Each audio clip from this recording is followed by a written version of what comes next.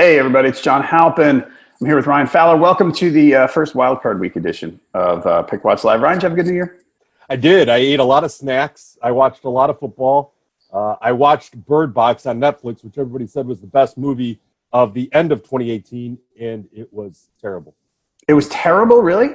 Because I've been looking at it, and I've seen mixed reviews. Yeah. The word terrible, I have not heard. Well, let's just put it this way, because I don't want to ruin it for anybody. If you've seen The Happening with Mark Wahlberg about a decade ago, where it's like fog kind of rolled through and everything, it's the same movie. And the ending, a little bit better than The Happening, but I'm missing the connection there. Plus, Sandra Bullock just seems angry in every movie now. I just don't know. So someone else also told me that it was similar to an episode of The Office. Really? I don't know. I'd have to give you more detail on that. Sorry, yeah. I got nothing beyond that on that subject right now. So, well, basically, like the premise of the movie is you can't look outside, otherwise you die, and it's like, right, okay. But there was really no expansion. John Malkovich is in it, so I was like, oh, John Malkovich, you get the street cred. But then John let me down too. So I don't know. Watch it. See if 2 hours go by. You know what? Here's your ringing endorsement. Kim Kardashian liked it. She tweeted it yesterday. There's the ringing endorsement. There you go. Ring in the new year with the new. So that's what I did. What did you do? New Year's Eve? Or New Year's Day. New Year's Eve, we stayed home. Heck yeah, man. I mean, I've got my daughter's out for a sleepover. I had relatives over. We wound up watching Planet Earth 2. Nothing wrong with Netflix. That. Get a little nature. Yeah. The over-under on wild hyenas killed was 4.5. There was a thing about wild hyenas getting fed in India by this legendary butcher shop or meat market, because the hyenas are the only ones that can crush these bones. These bones can't be crushed by anything else. They just take up, landfill space. So the hyenas wait at the back at 4:00 in the morning, and these guys go out and they throw all the bones out, and the hyenas eat them because they can crush the bones. Bob, I got to go to work. I got to go crush some bones. Yeah. Like, I'd be worried that the hyenas were going to eat me. Yeah, absolutely. But there are other places in India, like there's jaguars, the cities version, that there's leopards walking around and in parks near people. Part of the population. Good grief. So we lived an exciting last 48 hours. Yeah. We really missed NFL football, obviously. We did. And, the Sunday night game was such a letdown. It was playing. You look at it beforehand. I actually convinced myself on Sunday and Saturday that the Titans had a shot. Yeah. Because the Titans were going to, and because I don't know what to expect from them, and now everybody expects them to lose, so they can come back. And then I watched the game, and I went, "Oh, Blaine Gabbert, right? Yeah, I forgot." Yeah. And Derrick Henry only had 16 carries. Granted, they had to kind of rally back late, but 16 carries for Derrick Henry, the way the last month had been going. Oops. Yeah. So anyway, yeah, that was disappointing. The ending, the Vikings laid a big egg again. All year, that's all they did. Yeah, they shrivel up. And when you see Cousins and Thielen chirping at each other in Week 17, how awesome was that? That was a microcosm of what their season was. Because Thielen was like the best receiver in NFL history the first 2 months, and then it just faded from there. So that was bottled up frustration, obviously. Right. So they struggled. The one thing I want to get to before we get to the wild card weekend, the stuff with the Steelers. Yeah. So Antonio Brown supposedly requested a trade. He and Ben Roethlisberger fighting with each other. Roethlisberger says Antonio's not returning his texts. Sounds like a bit of a mess. Mm-hmm. But Roethlisberger said something yesterday. He was talking about the Le'Veon Bell thing. Mm-hmm. And he said, I don't think it was his absence as much as it was the distraction. They were 7-2-1. Mm-hmm. Like, what do you mean? How are you now saying, oh, it was a problem? Boy, that really messed us up. Like, what are you talking about? You were 7-2-1. The art of the sub. Well, again, it's Roethlisberger controlling the narrative. The art of the subtweet.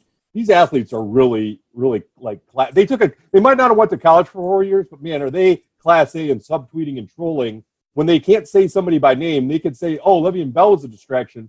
So Antonio Brown, the way he's currently acting, was a distraction. Yeah, they go out and stumble and bumble to beat the Bengals before the Browns didn't hold up their end of the bargain. But you're right. I mean, it's Roethlisberger controlling the narrative like he's the innocent victim in all of this, and he'll be back next year. Yeah. I don't know. I just thought that was weird. That was lame for him. Oh, absolutely, because Connor and Samuels ran well. Yeah, and they better yards per carry, more points per game, the whole thing with the different running backs. But it's Antonio Brown's. Right. You know what? The distraction didn't throw that interception in the end zone in Denver. Bingo. So anyway, all right. So I want to talk Super Bowl odds real quick. Just initial thing before we wrap up how the picks went during the season and move on. So the Super Bowl odds, Saints are the favorite. Absolutely. Plus 240. We got Rams at plus 425. That's a pretty good game. Chiefs 470. Ryan, you there? Ryan's frozen, everybody. I don't know what's going on. We're going to wait for him. I'm going to talk through the Super Bowl picks right now. Patriots plus 650. I'm not in on them. You there, Ryan? Hello. All right. Technical difficulties. Please stand by, folks. I'm going to keep going. Ravens at plus 1,300. I don't think I can do that. Chargers at plus 1,500. I could do. I know they have a tough road game this week. Which more. Ryan, you there? Ryan, if you can hear me, I can't hear you. So I'm going to keep going. You just jump in when you're ready. Ryan, you there? You there, buddy? Check 1, 2. Hey, Ryan, can you hear me? Can you hear me? Yes, I can. You're back. I have no idea. I was just saying in the abyss that is the internet that hadn't happened all year. We went 17-0 with no internet interruptions, and then I apologize. The Cincinnati internet connection wasn't so great. Oh, let's go to the Super Bowl odds. So yes, 240. Saints 240. Rams at plus 425. Mm-hmm. Chiefs plus 470. I think that defense won't hold up. Agreed. I've come around on that. I thought the Chiefs were good. About 6 weeks ago, I thought the Chiefs were going to win the Super Bowl. I think that anymore. The Seahawks exposed that the Chiefs probably won't get over the hump. I think that Seahawks game, even though they don't have to leave Kansas City, there's some holes there. Yep. Patriots plus 650. I'm out. Absolutely. Yep. The Bears. I mean, they're only those odds because they're the Patriots. Yeah, and if we have a second just to talk, I mean, the Jets handed them that game. The Jets were getting 13 and a half. They went for it on 4th and inches inside the red zone twice. Didn't get it. They turned it over a bunch. New England's final score wasn't indicative of that whole game. So as they didn't cover 12 and a half against the Bills 2 weeks ago, the Jets just handed them the game in week 17. So there's still some real bad mojo there for the Patriots going in. Yeah, I'm not. I keep saying I think they're a step below what they usually are. Right. They're not. I'm not doom and glooming the Patriots here that their dynasty is over and all that, as I keep saying. I just think this year they're a step below. And now that they've lost Josh Gordon, that's it. That stuff matters. Put the Patriots and Ravens head-to-head next week if they had to, man. That'd be a dicey situation for them. Yes, it would. Bears at plus 675. Trubisky. Come back to Trubisky. The Ravens at plus 1,300. Now we start getting into some good payouts if you can find a team that's worthy of the payout. Why not? Okay, so going here. So your next choice is the Ravens, then the Chargers as a wild card team at plus 1,500, then the Cowboys at plus 2,500, and now the Houston Texans at plus 2,500. Go ahead. Not with the way that the lack of protection that Deshaun's got the last 2-3 weeks. They're not going to fix that overnight. I think Deshaun is probably going to make a mistake or two. Their defense is great, but their secondary is still pretty bad.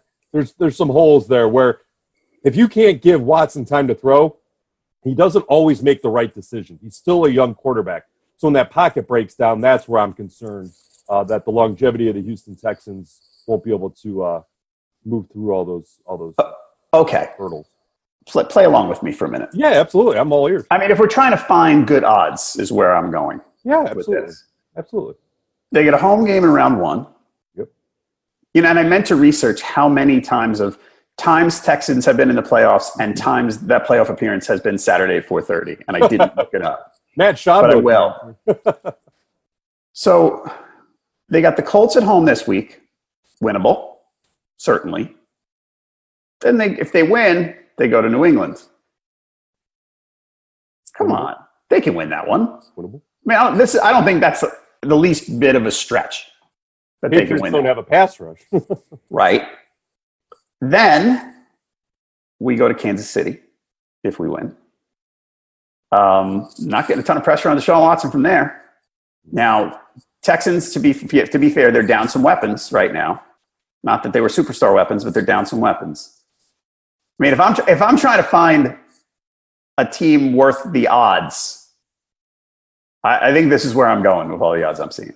At 25-1, getting a first round home game and then going to New England. I think that's the direction I'm going. What are the Seahawks are the same. So the Seahawks have a road game this week. And then if they win, they most likely go to New Orleans. Yeah. I mean, that's a tougher road. Yeah. So I don't know. I think the path for the I think there's a reasonable path for the Texans is what I'm trying to say. If I want a good payout, like I think the Bears have a better chance of winning the Super Bowl than the Texans, but my payout is 4 times as much for the Texans. I'd probably, I mean, if I was looking at something over 10-1, I'd probably look at the Ravens more than anything. To go down into the depths of 25-1 would probably be the risk reward versus 13-1 on the Ravens. I'd probably just go Ravens based on the rationale. We're going to talk more about this because exactly. I don't want to go too deep. The question I'll ask you on that, and we'll get to it in a minute, is: are you telling me that you trust Lamar Jackson more than you trust Deshaun Watson? I know that's an oversimplification. Oh, we could chop that up. No problem. But, okay. Let's review the season real quick. So, regular season, we're going to keep going in playoffs. You're all picking, the standings keep moving, everybody. In week 17, I went 10-6 straight up, 7-8 against the spread. Ryan went 12-4 straight up, 6-10 against the spread. He beat me by 8 games for the season. He finished, let's see, you finished 8th against the spread. Strong, right? Josh was 19th. I was 29th. Faded late. Yeah, there was some interesting, as we talked about, week 17. You either had the feeling, the gut feeling of which way to go in a game, or you didn't, and I didn't at 6-10. Some people just went off and gained a lot of ground. So again, there is a Barry Bonds approved asterisk against week 17 records. So if you had the Giants, that was a tough beat. Yeah. Given 6, right, which I think is what I had. Right. There were a few tough ones that snuck under the spread. I wound up having the Bucks. I wound up getting the Bucks late at +2.5, which worked out well because some people had them at getting 1. Yeah, so I thought, and Buccaneers were up 17-0. I mean, what do you want?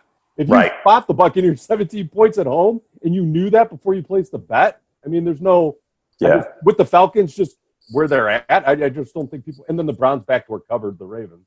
Yes, exactly. Yeah. All right.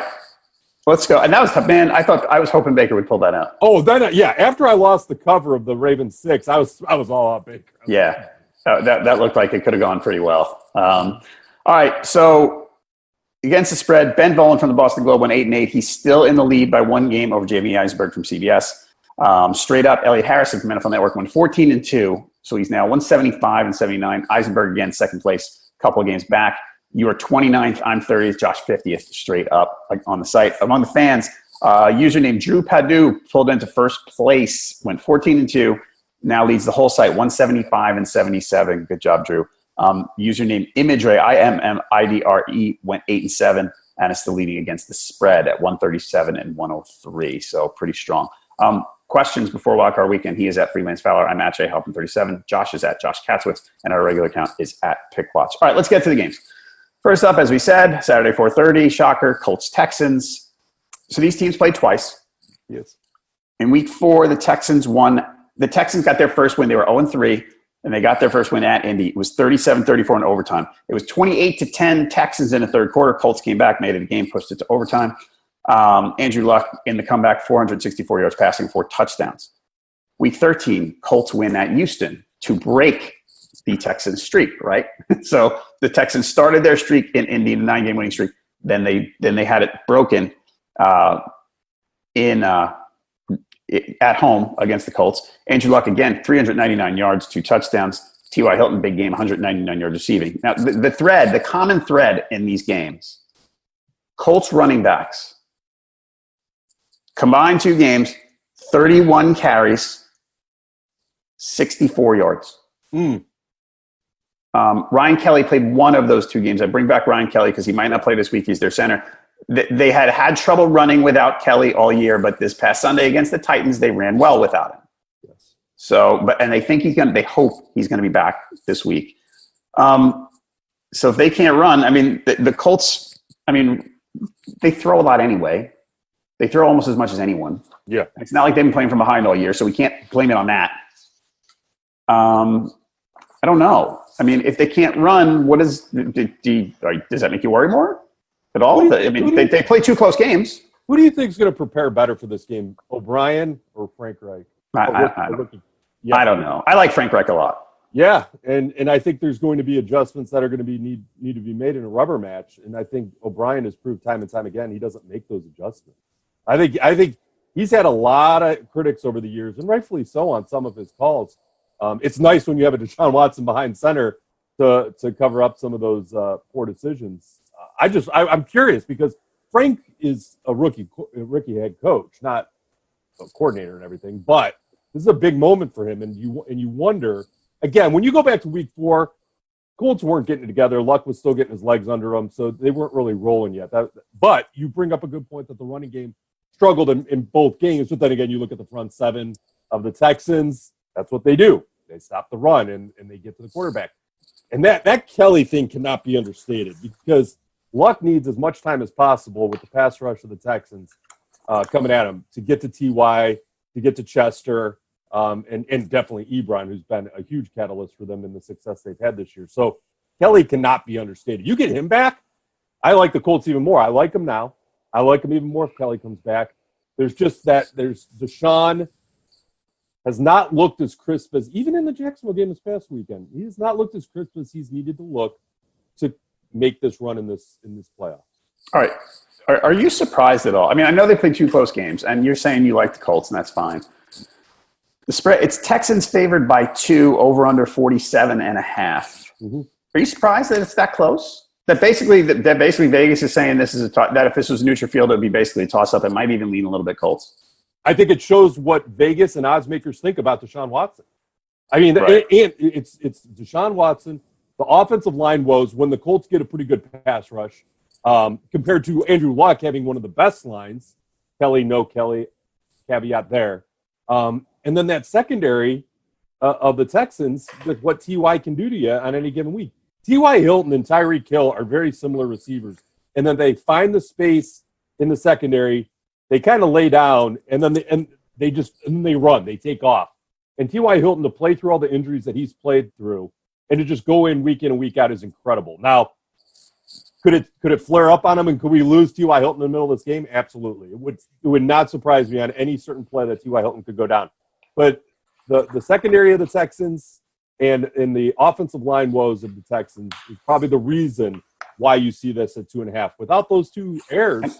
And by the way, it's down to 1.5. I just checked. It's down to 1.5. So money's coming in on the Colts, mm-hmm. and that forces a lot of quote unquote smart money to go back to the Texans, home team, probably making a lot of the arguments that you want to make for them, especially the running back situation, because the Colts do need balance. But that's a lot of money early in the week. Now let's see where we're at in 3 days, because that'll balance itself out, and you might see Texans go back to 3, given 3.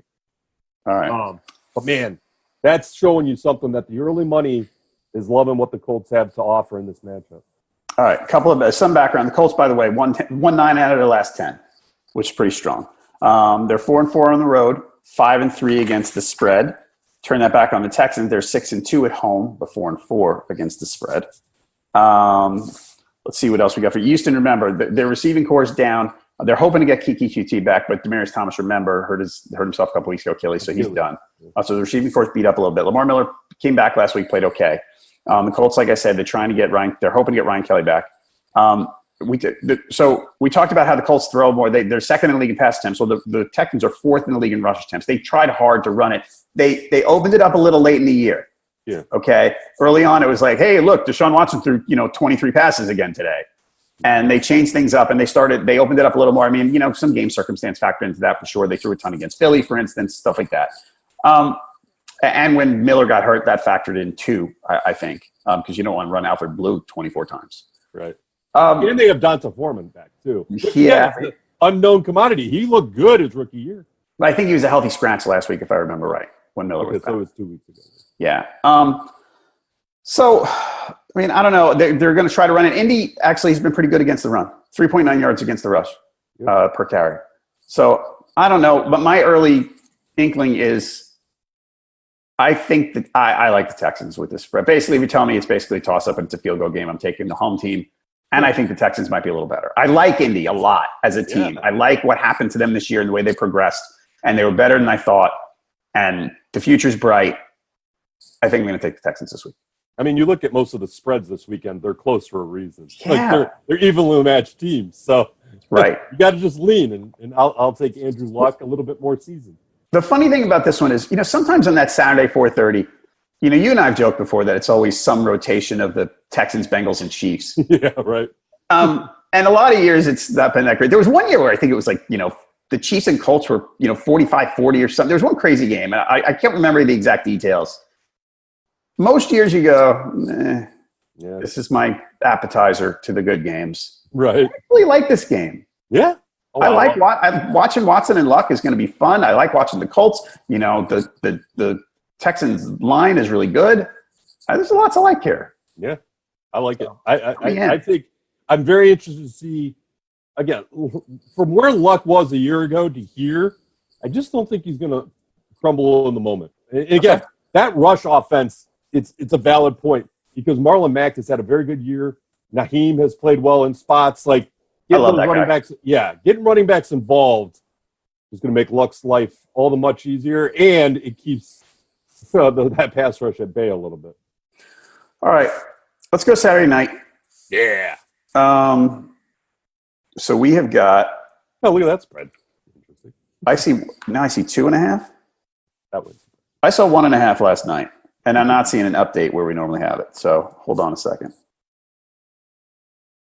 Let me get this. All right, I'm pulling up the page on Pickwatch. Expert against the spread. Probably got no picks in. So, all right, so we've got Dallas by 1.5. Nice. Here. Over-under is 43.5. These teams played in week 3. Seahawks won. The Seahawks started 0-2, and they beat the Cowboys at home 24-13. Seahawks had 5 sacks. They forced 3 turnovers. 2 of them were Dak interceptions. This is where the Seahawks kind of established their running game, which became a theme for them over the course of the year. Now, not huge production. Chris Carson, 32 carries, 102 and a score. So not that great. A lot of running, but not a lot of great running. Zeke ran for 127 on 16 carries. But remember, this is pre-Amari Cooper. Pre-Amari Cooper. Different team. So this team, the Cowboys, since they got Cooper, 7-2. But the wins, I want to go through the Cowboys schedule a little bit. Now, you can only beat who's in front of you, right? Absolutely. I've heard that before. There's not style points, but sometimes we can look at teams, dominant teams are, easier to spot. The thing is, you would have liked to see big wins by the Cowboys. Yeah, you would have. Get them. No. And I'm not trying to beat up the Cowboys because I've been saying for the last month, I think they're going to be a tough out. And they're good at home. It's the road that they struggle on. Sure, because at home, since the Cooper trade, they lost to the Titans. They beat the Redskins on Thanksgiving in a game that the Redskins were winning in the third quarter with Colt McCoy. They beat the Saints. Nice win, obviously. Mm-hmm. They beat the Eagles by 6 at home. Mm-hmm. And then they beat the Bucs in that game that was kind of – it wasn't a blowout. I mean, did the Bucs get a backdoor cover in that game? Push. It was a push. You're right. It was a push, but it was a late push. 27-20, yep. I remember. I'd have to look. I don't want to dig into the weeds on this. Push. The loss when you got the line. The road games, which aren't necessarily relevant, they beat the Eagles by 7. They beat the Falcons by a field goal. They got shut out by the Colts, and they had that comeback win on Saturday against the Giants, which we kind of have to take with somewhat a grain of salt because Elliott didn't play, so they might have won by more. And it was weird because they still wanted to go through the reps with everybody besides Elliott, it seemed like. What a great play, by the way. Everybody's focusing on Beasley. That was a great throw that Dak made. Really was. So this game, like I said, the Cowboys have been great at home. They're 7-1 at home. You're 5-2-1 against the spread. Mm-hmm. They think they're going to get Zach Martin back. He was out last week. David Irving's still out, but he's been out for a while, so it's not like, their defense has been playing okay without him. It'd be great if they get it back. I just don't know if they will. The Seahawks are going to try to run, right? So interesting matchup here. The Cowboys were third in the league against the run in yards per carry. They've allowed 3.8. The Seahawks are second in the league in rush attempts. They lead the league 4.8 yards per carry, 160 yards total per game rushing. Pretty strong. Now I'm throwing out a bunch of stats here. I know. I'm trying to get them out of the way here to give a little context. But I think that's an interesting contrast that you've got, unstoppable force, immovable object kind of deal going on with the Seattle run against the Dallas run defense. Seahawks 4-4 on the road, 4-3-1 against the spread. They've won 5 of their last 7. And in those games, they've averaged about 30 points a game. So down the stretch, they had a friendly schedule because down the stretch, they played most of their games at home. Right. They played a lot of games at home, like 5 of their last 6 or 5 of their last 7. Seattle led the league in turnover margin, which can be fluky, can be a play style thing, depending on how you want to look at it. Interesting stat for me here. Net points for the season, Cowboys plus 15, Seahawks plus 81. Does that do anything for you? Does that number do anything for you? Not because the Seahawks playing in the NFC West hurts it a little bit. All right. I will say this, Seahawks are confounding on many levels because they'll play down to their level of competition, aka what happened with the Niners a few weeks ago. And then I don't know, is that a thing's happened? Maybe. But then why are you playing all the guys that you're playing in week 17 to let Arizona hang around? Step on their throat, send a message. Are you just going to go in at 60%, but you're going to play your guys? That's what confuses me going into this matchup is the way that the Seahawks have looked. Are they just trying to, we're going to try this experiment, and it didn't work? And the Niners with Nick Mullins, who just got ran over by the Rams, competed and beat you. They don't define themselves as well as most teams, and that's why when I look at it, I like what Seattle's done in the way that they've put it together this year. But when you look at these last 2 weeks, they're like, oh yeah, they could do this. A Pete Carroll run team can do this on any given week. And what will probably happen, and again, we talk about playing out the game in your head, I can see it going this way. It'll be Russell Wilson with the ball late in the fourth quarter, down 3 or 4, and he's going to have to make a play because they're not going to have enough time to run the ball. That's how I see it. Because Dallas plays well at home. Seattle's a very smart team, but they can be dumb at moments, and that's what's happened the last 2 weeks. I'm leaning Dallas. I'm not going to make a pick today. I'll probably make it later in the week, see how this spread shakes out, to see if there's any huge movement. But Seattle they're a conundrum. They're my Tennessee Titans of the playoffs because wow, man, I like the running game. I can't take those fourth quarter headaches. I mean, those are doozies, man. To have a good sweat there in the fourth, just take Seahawks games all year. You'll lose a ton of weight. I'm leaning Dallas too. Yeah. I don't love it. By the way, injuries for the Seahawks. They're going to lose one of their safeties, Delano Hill, but they're getting another one back, Cedric Thompson. Shaquille Griffin, who has not been a world beater at corner, his status is to be determined. One of their guards, J.R. Sweezy, might be trending toward a game-time decision, so we're going to need to watch that. That affects the run game. I'm leaning down. I think this is a good game. Yeah. I think it's the best game of the weekend. Well, second. Yeah, I like the next one. Yeah, I like the next one.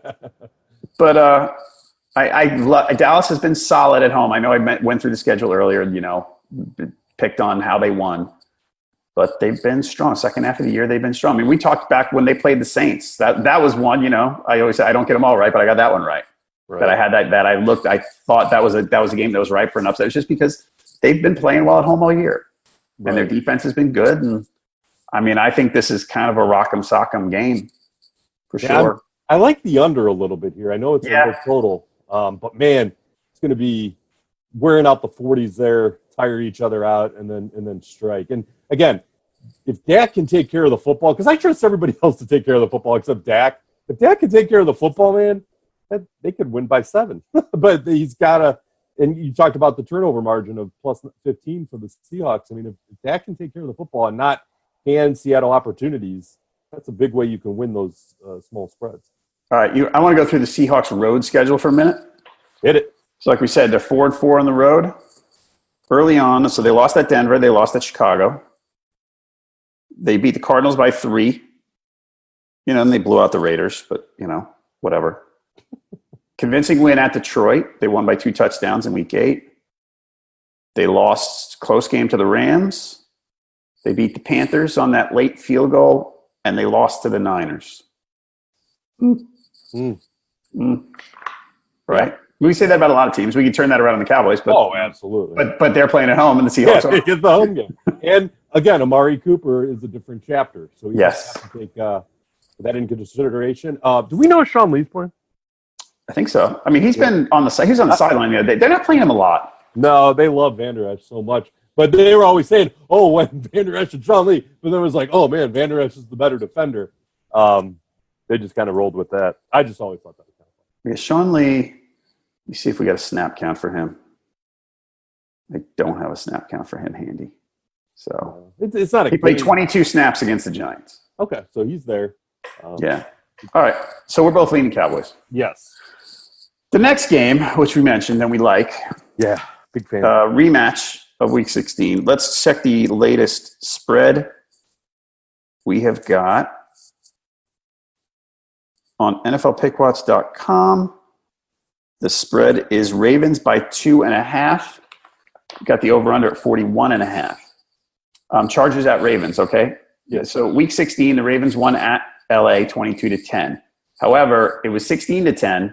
The Chargers had the ball, and Antonio Gates fumbled, and the Ravens ran it back for a touchdown. Now, lest you think I am trying to tell you that was a closer game than it looked, the Ravens kicked the snot out of them. I mean, double the yardage. What was it? 361 to 198 in total. 198 total yards they held the Chargers to. That defense balled out in that game. I mean, strong because like you said, the Chargers offense has been really good. Now that was a no Gordon. Was that a Gordon game? Did he play? I don't believe that. Oh, no, I think he did. He was back for that game. I'm gonna double check. I should know that. Yeah, I should too. Oh, you know what he was? Because they made a big deal about it in Week 17. You got him in 16, you didn't win, and then you play him in 17. He got dinged up at the end of that game last week. Yep. So he was back, but they just held them down. I don't like the 1 o'clock kickoff from the Chargers. I think they're getting hosed. Absolutely hosed. I was like, ouch. That's not as big of a – that used to be a huge factor. But when you're dealing with Phillip Rivers and the Chargers, that's a huge deal. But I mean, statistically, that doesn't beat up teams as much as it used to. I mean, it's still not good. I don't think it's fair. Basically, you got one game where you can make where that could hurt the West Coast team playing early, and that's the slot they put him in. Well, yeah. And I get why, but come on, guys. Yeah, play the Colts and Texans at 1 o'clock on Sunday. Especially with the record they post. I mean, they were just in the wrong division. Their record's incredible. Right. So they got hosed. So the Ravens have won 6 out of 7 since Lamar Jackson took over. And the only loss was at Kansas City in a game where the Chiefs had to convert a 4th down late or else they would have lost. Ravens, I'm going to go through some of their stats. They're second in the league in both points against and yards per play. At home, they're 6-2 straight up, only 3-5 against the spread. The Chargers side, they started 1-2. We thought they were charging again. And then they won 12 out of 14, which is pretty great. They had a big win against the Chiefs a few weeks ago. I mean, they stepped up and had some big wins. They won at Kansas City. They won at Pittsburgh. Now, those were night games or late games. So those are both night games. So, remember, the 1 o'clock thing did not, still a factor here. Wakey. Chargers offense, we talked about 3rd in yards per play, 6th in points. The Chargers have been great on the road, 7-1, both straight up and against the spread. Some injuries for the Chargers.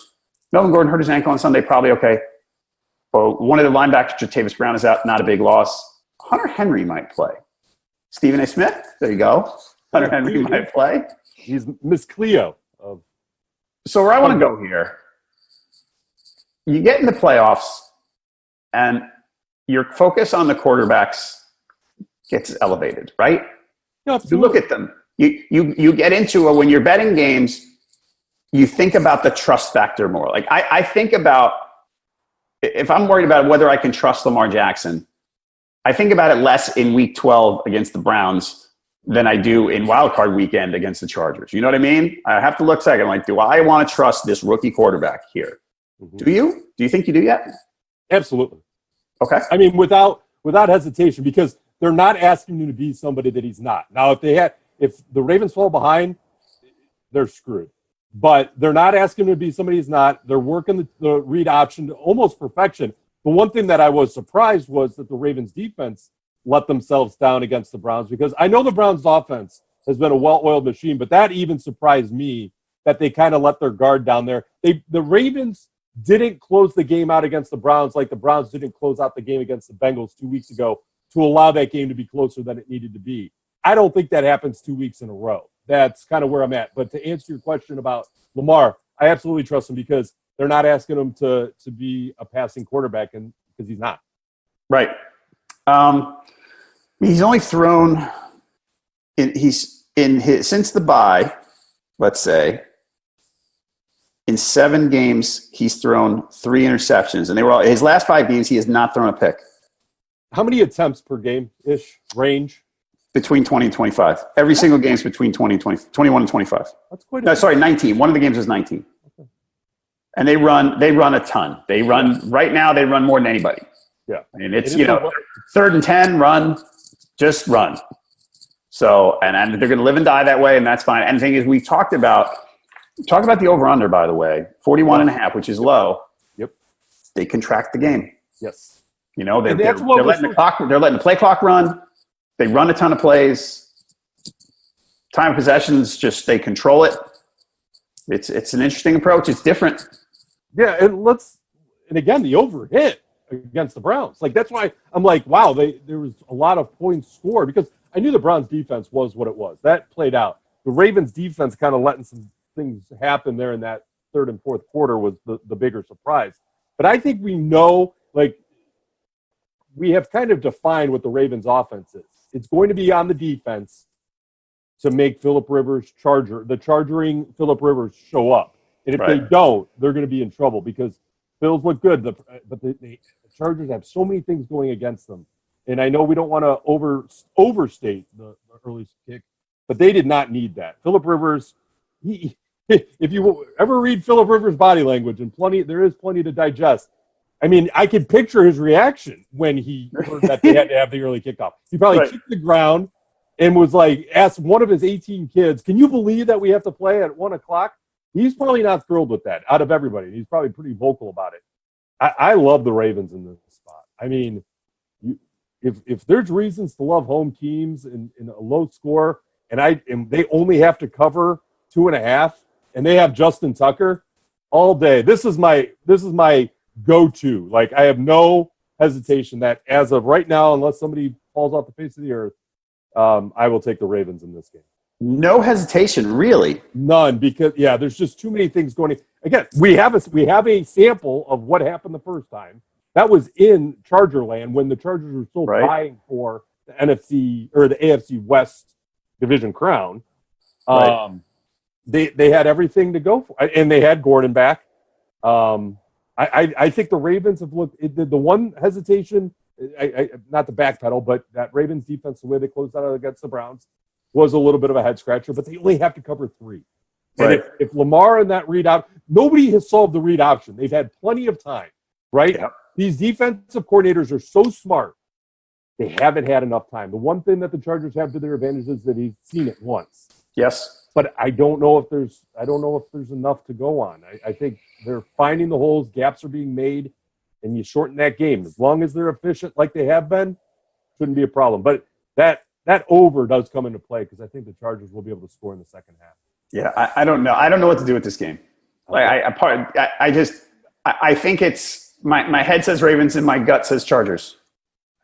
But I just don't want you to get wrapped up, because I know we've talked about this a few times this year, that the early kick isn't that much of a factor. I think in this instance, we might be understating it in this. Okay. I think why in this case? Why? Because just the way that the Chargers are made up and what they have done, where they have played. I mean, they couldn't win and cover on their home field. Now they have to go across the country after playing on Sunday. It's not the short week, but they played just like everybody else last week, and they have to go across the country. Sleep systems, you have the holidays, you have family. There's a million distractions over the last 10 days around having to play an NFL game and try and get to the championship here. Ravens got to sleep in their own bed all week. I don't know when the Chargers are going out there, but they should be there already. If not, they'll probably be there. They'll probably go Friday.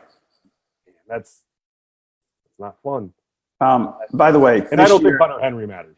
I'm looking at that schedule. It's interesting. I mean, good for Hunter Henry more than anything else. Well, 7 months. So we made a big deal about Adrian Peterson a few years ago coming back from ACL, I think after 9. Now you got Henry at 7. Are you kidding me? These doctors are magicians.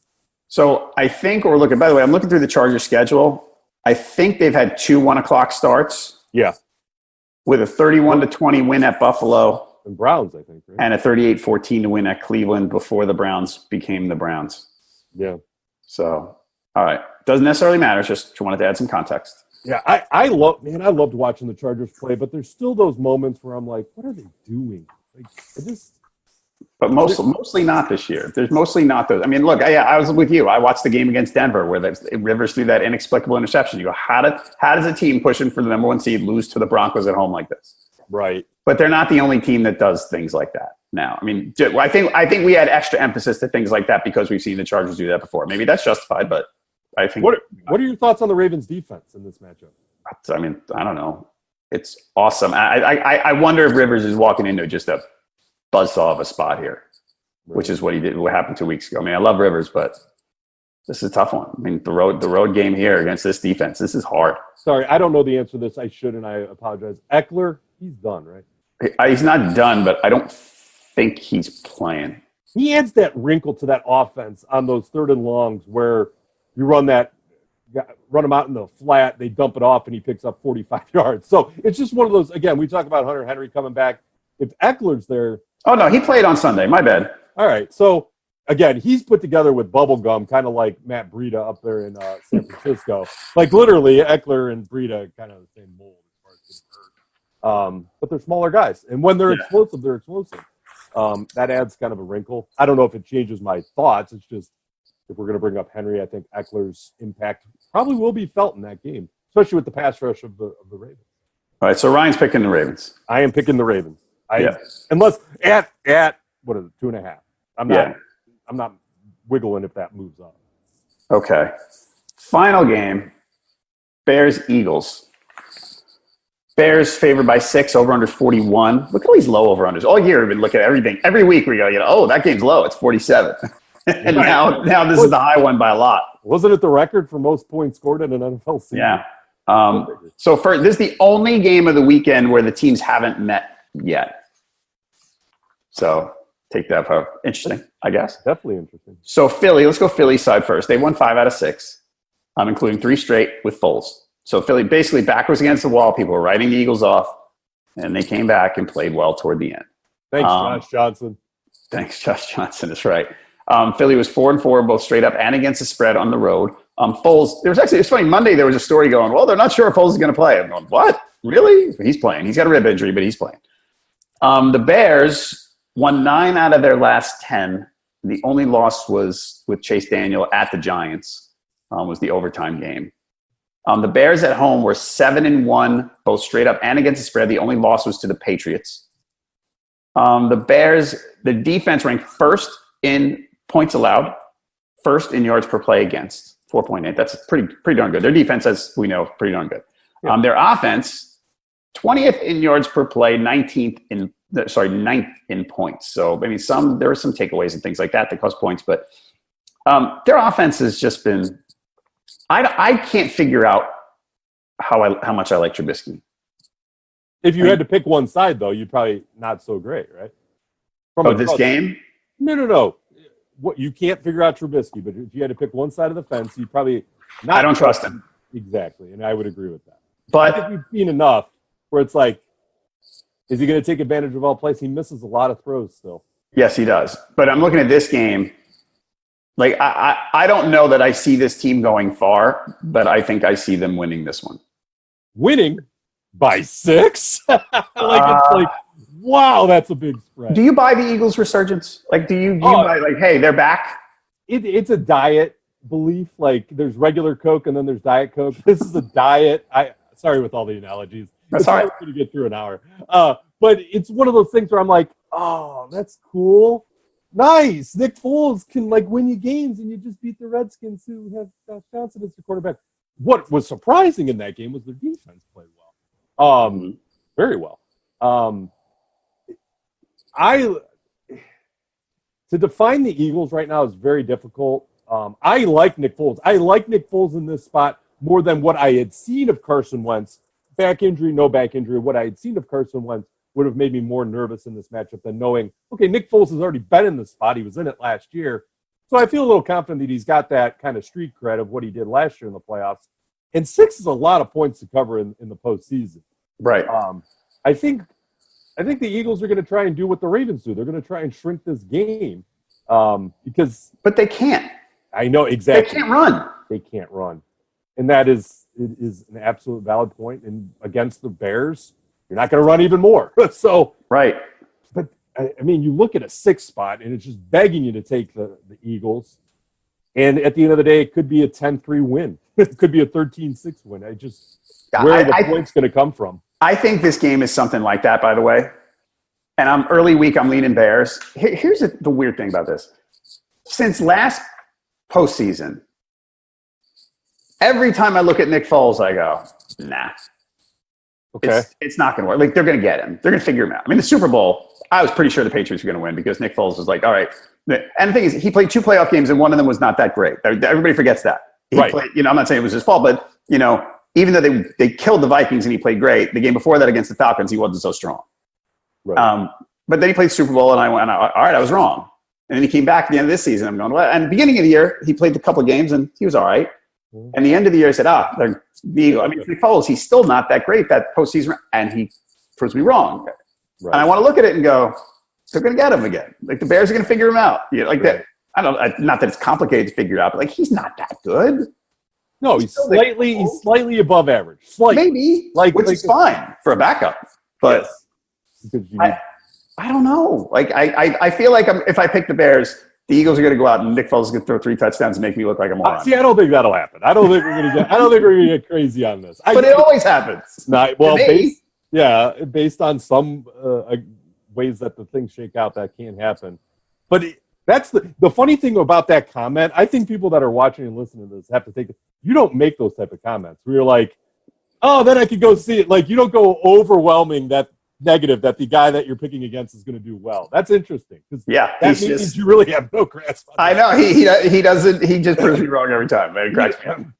He is the Titans. He is your Titans. And now I got my friends who are Giants fans saying, "Oh, we got to sign Nick Foles for $20 million." Like, whoa! Wait a minute. They hate Manning. So, the weird thing about this game, looking at the over/under is 41, which is low. But you said 13-6, right? Something like that. Okay. Because Trubisky isn't going to light up the scoreboard. I look at the 2 teams. The quarterbacks are just kind of okay. I mean, like, there's probably if there's Eagles fans watching this and they're yelling at me, that's fine. Yeah. I mean, Foles he plays some good games. Like you said, if he's a slightly above average quarterback, that's the best he is. I'm not beating the guy's played some great games. He's saved their bacon. He won 3 straight to end the season. I can't argue with him. Yeah. Foles going against this Bears secondary, and Jackson's supposed to be back, and Jackson was probably one of the brightest spots on both sides. Khalil Mack got all the headlines, but Jackson had a great year, has had a good 2 years. That matters because a lot of these throws that Foles has made through the first 3 weeks of being back, they've been in tight windows. Alshon's covered his butt a few times. I think Aguilar made some plays where it was tight windows and the receiver won the battle. I don't know if they win those battles in this matchup. It's just so many points. I mean, I'm going to lean Bears in this to cover the 6, but I do it hesitantly. I would be surprised if this line moves throughout the week. It might not. I'll take the home team to cover, and that Foles kind of turns into a pumpkin a little bit because the Bears secondary, a little unheralded, and they're the ones that make the plays, not Khalil Mack. Okay. I'm looking at the Bears pass defense here. I mean, they're better run D than pass D. They certainly get at the quarterback, and it's not like Foles is, some super mobile guy. No, and the Eagles line on any given week can crumble. It has crumbled in the past. And they've been banged up a lot this year. You can put that on repeat the last 3 years. Right. This year, last year they played well, and this year they got banged. They played hurt a lot. Right. And I don't know how fully recovered they all are, even though they're playing. But I look at this game, and I go, all right, the Bears defense is fantastic. The Eagles can't run. Right. So they're one-dimensional. They got to win through the air. They got to. Right. And I don't know. You drop back and you say, beat me via the run. And then that shortens the game. There's another reason to look at the under in this. if the Bears drop back and they you beat us versus the run, and then we'll run Howard, and then we'll leak Tariq Cohen out on a wheel route. And they've won that wheel route battle almost every game this year, it seems like. The Bears run Cohen out of the backfield, and he's just making plays. And that's going to happen again in this game. And I got to say, for the stuff I said about Trubisky earlier, he makes a lot of plays with his legs. Yeah, that's true. Part of the package, and you can't discount it. I say that about Cam Newton all the time. People go, "Well, if it wasn't for his legs, he'd be this." Like, okay, but he runs. That's life. That's part of the package. Yeah, and Trubisky's like that. Trubisky he makes tons of plays with his legs. Yep. Which is a nice little thing to have in your back pocket when you're going to have a low-scoring game. When you're picking up 9 on 2nd and 10 because you rolled, that's going to make sense. And I think it becomes more than a nice little thing. I think it becomes an actual big thing. Because we made a huge case of why the Ravens were going to cover because of Lamar Jackson's legs. Well, Trubisky's running too. And he's had some games 30, 40 yards on a regular. Oh, yeah. He's running 30-yard touchdowns. And, yeah, it's a big factor. Okay. By the way, the net points, I brought this up earlier. Yeah. Eagles plus 19, Bears plus 138. I know the Eagles turn around late, but the Eagles are I think that's a true number for the Eagles. I think they are a slightly better than average team. And their secondary is still chewed up, so if Trubisky doesn't miss his target, Bears could take some shots deep. I think I'm taking Bears to cover. I'll take them too. Here's the thing. I search for so the home teams are all favored. I'm searching for an underdog, and I'm not sure which one it is. I know who's your one underdog. If you got to pick one underdog, who is it? You like the Colts? I had the Colts. You had the Colts. Yeah. Okay. Yeah. I'm not sure who mine is. I think I'm picking the Eagles to cover. It might be the Chargers for me. Yeah, and I think that's probably what I would have guessed you would have picked. I mean, Seahawks, Cowboys, Texans. I think I'm going Cowboys. I think I'm going Texans. I'm almost positive I'm going Bears. So my underdog will be the Chargers. That makes sense. I'm fine with that. I'm not there yet on the Chargers. I love the Ravens in that spot. I know you do. They've just put it together. Like, again, this is nice that the Chargers get another look at them.